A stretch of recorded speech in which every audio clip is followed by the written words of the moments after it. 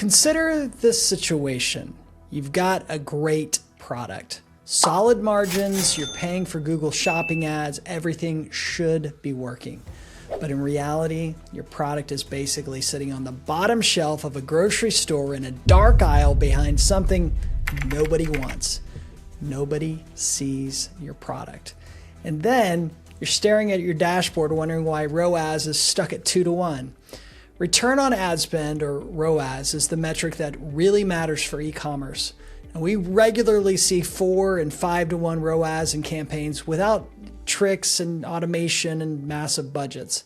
But you will never get those kind of returns if Google Shopping isn't working. This video is your hack to get shelf space on Google for your products. In this video, I'll show you what Google Shopping ads actually are and where they show, how to spot the feed issues inside Merchant Center that quietly kills visibility, and the specific feed tweaks like titles, categories, and images that immediately increase ROAS without raising your budget. Now think about the last time you walked into a grocery store looking for something specific.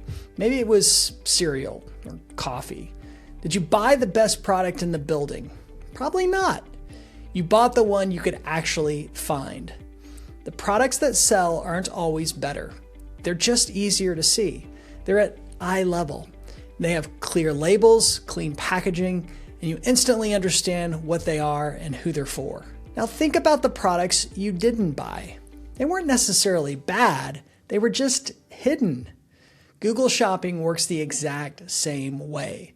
Google is the store. Your product feed is the label, the packaging, and the shelf placement. Now, Google isn't judging creativity here, it's judging clarity. So if your feed is vague, messy, or incomplete, Google plays it safe and quietly pushes your product to the bottom shelf. Which brings us to what Google Shopping ads actually are and why the feed matters more than anything else. What Google Shopping ads are. Now here's where a lot of advertisers get tripped up. Google Shopping ads do not work like search ads. With search ads, you tell Google exactly what you want to show up for. You pick the keywords, you write the ads, you control the message. But Google Shopping ads don't work that way. Shopping ads are product-based, not keyword-based.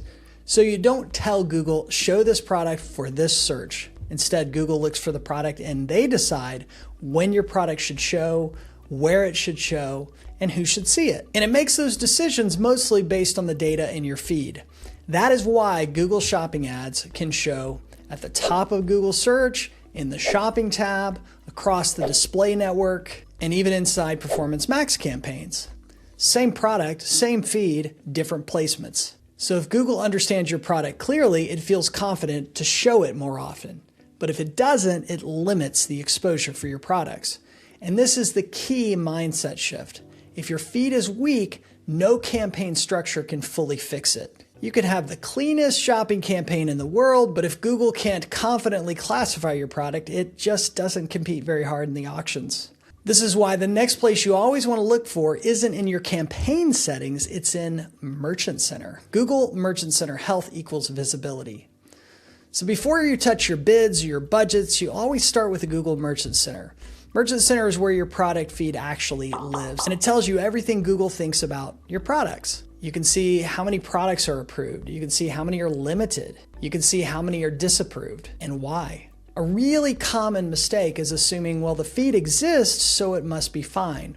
In reality, a large percentage of products are often quietly suppressed because of missing data, low quality attributes, or mismatches. I was running a shopping campaign for a client once and worked directly with Google support to review the feed. On the surface, the campaign looked okay, but inside Merchant Center, there were multiple small issues limiting delivery. And as we fixed them one by one, an interesting thing happened. Eligible products increased, impressions expanded, and sales followed. The ads didn't change, the budget didn't change, but the feed did. And that's the shelf space analogy again. If products aren't marked as eligible, they're not really competing for shelf space. Which brings us to the single highest impact feed tweak you can make, product titles. Titles, the highest impact feed tweak.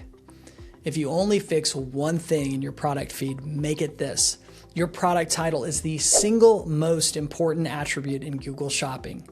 Titles act like keywords. They tell Google what searches you're eligible for, how relevant your product is, how often you can compete against other products. And this is where a lot of feeds quietly sabotage performance. You'll see titles that are like internal SKU names, way too short, stuffed with random marketing fluff. None of that helps Google. What works is really simple and effective. Strong shopping titles usually follow a simple structure: primary product keyword, defining attributes. That might include a product type, a brand if it matters, size, material, use case.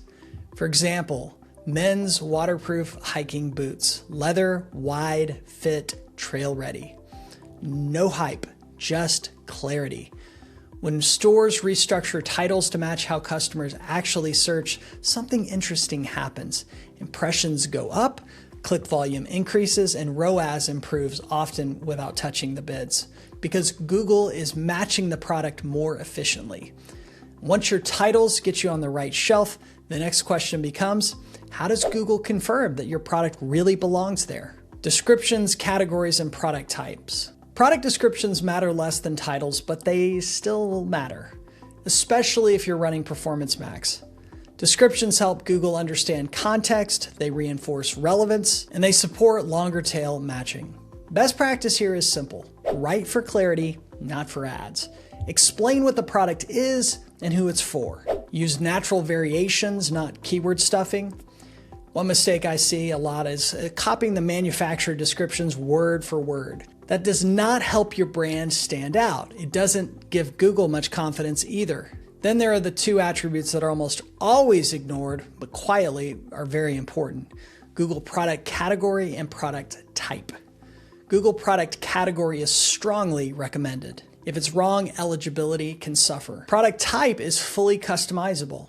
That should mirror your store's category structure, not for customers, but for Google. Think of product categories and product types as aisle signs in the store. They help Google put your product in the right place, which brings us to the part of shopping ads people underestimate the most: images. Images, click-through approval, and shelf appeal. Shopping ads are visual. This sounds obvious, but it gets ignored all the time.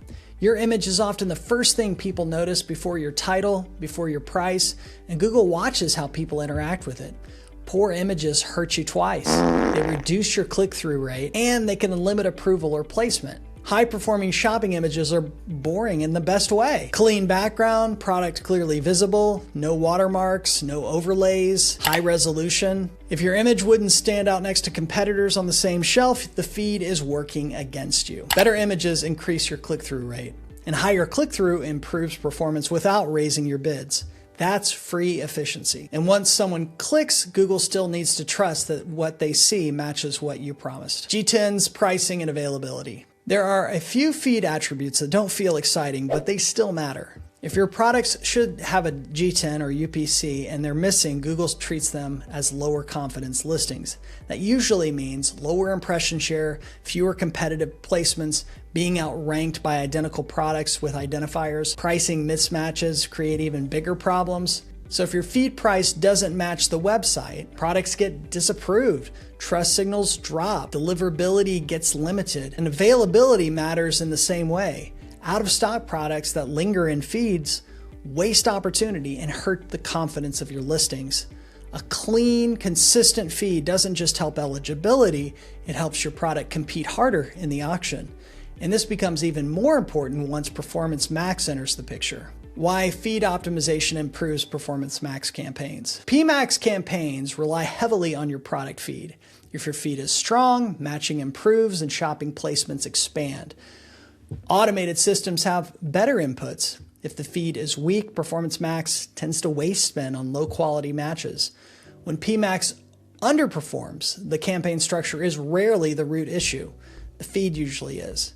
And the good news is you don't need fancy tools to fix most of this. Tools that make feed optimization easier. At a minimum, you should be using what Google already gives you: Merchant Center diagnostics, feed rules, supplemental feeds. These alone can handle things like rewriting titles, filling missing attributes, cleaning up data. Now, there are paid tools that help you at scale, but the big gains usually come from fixing fundamentals, not by adding complexity. And once the feed is clean, something interesting happens. The campaigns don't change, the budget doesn't change, the products don't change, but visibility does. And when Google finally understands what you're selling, it puts your products right where customers can see them. And this is why feed stuff isn't a side tactic. It's one of the core things for making Google Ads work for e-commerce. If you want to see how this fits into the big picture, not just shopping feeds, but the full system, I break it down in the next video. It's called Google Ads E-commerce Strategy, 9 Keys to Success. In this video, I walk you through the foundational keys that actually matter, so you're building a system that actually prints money. Click here and I'll walk you through it. All the best.